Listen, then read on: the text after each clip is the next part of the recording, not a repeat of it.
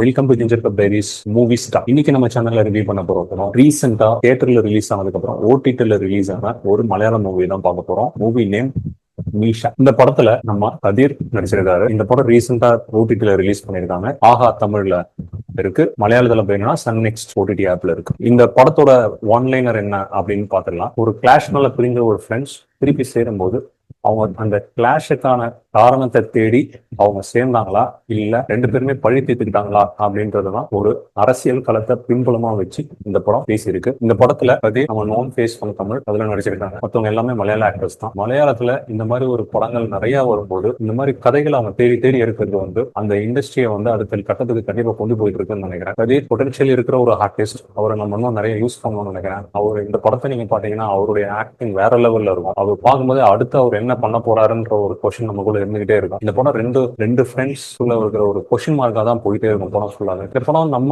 நம்ம தமிழ் சினிமால இந்த மாதிரி சில படங்கள் நம்ம பார்த்துட்டோம். இந்த படம் பார்க்கும்போது எனக்கு கொஞ்சம் மெட்ராஸோட சாயல் இருந்தது. இந்த படத்தை அவங்க கேரி பண்ணி போன விஷயம் ரொம்ப இன்ட்ரெஸ்டிங்கா கொண்டு போயிருந்தாங்க. முக்காவாசி படம் ஓவரால் நைட் டென்ஸ் ஃபாரஸ்ட் தான் ஷூட் பண்ணிருக்காங்க. நம்ம பார்க்கறதுக்கு ரொம்ப த்ரில்லிங்கா தான். இந்த மாதிரி படங்கள்ல இன்னொரு முக்கியமான விஷயம் டிஓபி. இந்த படத்துல சினிமாட்டோகிராஃபி அவ்வளவு அழகா, அவ்வளவு கிளீனா அந்த த்ரில்லிங் எக்ஸ்பீரியன்ஸ் நம்மளோட கேரி பண்ணி போயிருப்பாங்க. ஒரு பக்கம் ஃப்ரெண்ட்ஸ்குள்ள இருக்கிற அந்த மைண்ட் செட்டை அவங்களோட மூட டிராவல் பண்ற மாதிரி, இன்னொரு பக்கம் பேரலா ஒரு கதையில காடுக்குள்ள போய் மிருகங்களை வேட்டையாடுறது, காட்டு எருமையை வேட்டையாடுற ஒரு சீக்வன்ஸ் ஒன்று பேரலா நடந்துட்டு இருக்கும். அதுவும் அவ்வளவு இன்ட்ரெஸ்டிங்கா எடுத்திருப்பாங்க. நிறைய அரசியல் இந்த படத்துல பேசியிருக்காங்க. மான்கறி சாப்பிடுறது பிரச்சனையா இல்ல மான்கறியை யாரு எப்போ சாப்பிடுறாங்கன்றது பிரச்சனையா, அதை வச்சுதான் இந்த லீகல் சிஸ்டம் ஒர்க் ஆகுதா, இந்த லீகல் சிஸ்டம் யாரு கேள்வி கேட்கும், யாருக்கு இந்த லீகல் சிஸ்டம் வளைஞ்சு போகும் அப்படின்றத பொலிட்டிக்கல் கிரைம் த்ரில்லரா தான் இந்த படம் டிராவல் ஆகும். பொலிட்டிக்கல் கிரைம் த்ரில்லர் பாத்தீங்கன்னா இந்த படம் கண்டிப்பா உங்களுக்கு இன்ட்ரெஸ்டிங்கா தான் இருக்கும். இல்ல மலையாள த்ரில்லர் தான் எனக்கு ஃபேவரட் அப்படின்னா இந்த படம் நீங்க அப்படியும் பார்க்கலாம். படம் பாருங்க, உங்களுடைய கமெண்ட்ஸ் ஃபீட்பேக்ஸ் ஷேர் பண்ணுங்க. அதுதான் எங்களோட சேனலை இம்ப்ரூவ் பண்றதுக்கு ஹெல்ப்ஃபுல்லா இருக்கும். சேனல்ல ஃப்ரெண்ட்ஸ் அண்ட் ஃபேமிலிஸ்க்கும் ஷேர் பண்ணுங்க. மீண்டும் உங்களை